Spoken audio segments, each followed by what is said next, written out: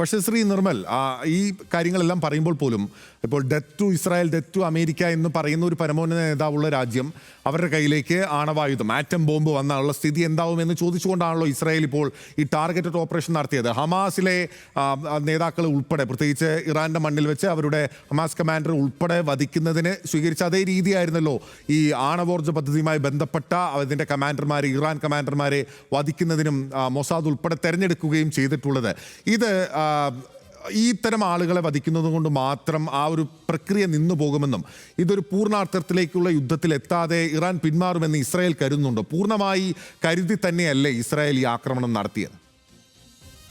കൃത്യമായിട്ടുള്ള കരുതലുണ്ട്. അതിൻ്റെ അകത്ത് താങ്കൾക്ക് നോക്കിയാൽ തന്നെ അറിയാം. എന്ന് വെച്ച് കഴിഞ്ഞാൽ മിലിറ്ററി ഹെഡുകളെ ടോപ്പിൾ ചെയ്യുന്നതിനൊപ്പം തന്നെ നെഗോഷിയേഷൻ നടത്തുന്ന ആളുകൾ മരിച്ചിട്ടുണ്ട്, സ്ട്രാറ്റജിക്ക് പിൻബലം കൊടുക്കുന്ന ആൾക്കാർ മരിച്ചിട്ടുണ്ട്. 6 സയന്റിസ്റ്റുകൾ, ന്യൂക്ലിയർ സയന്റിസ്റ്റുകൾ, അതായത് 60% എൻറിച്ച്മെന്റ് നിൽക്കുവാണ്.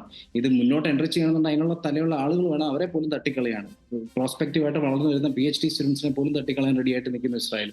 സോ അവരുടെ ആഗ്രഹം, ആവശ്യം ഇത് തന്നെയാണ്. ഒരു തരത്തിലും അതിനൊരു അപകടം ഇതാണ്. ഈ യുറേനിയം എൻറിച്ച്മെന്റ് 60% എത്തി നിൽക്കുകയാണ്. ശരിക്കും സാധാരണ നമ്മൾ നോക്കുമ്പോൾ 60% 90% എത്തിയാലേ ന്യൂക്ലിയർ കേപ്പബിലിറ്റി ആകുള്ളൂ. അപ്പൊ നമ്മൾ ചിന്തിക്കാൻ പോകുന്ന സമയം എടുക്കുമല്ലോ, കാരണം ഇവർ 60% എത്തിയത് വർഷങ്ങൾ കൊണ്ടല്ലേ. പക്ഷെ റിയാലിറ്റി അതല്ല. 60 to 90% എന്ന് പറഞ്ഞാൽ വളരെ അടുത്താണ്.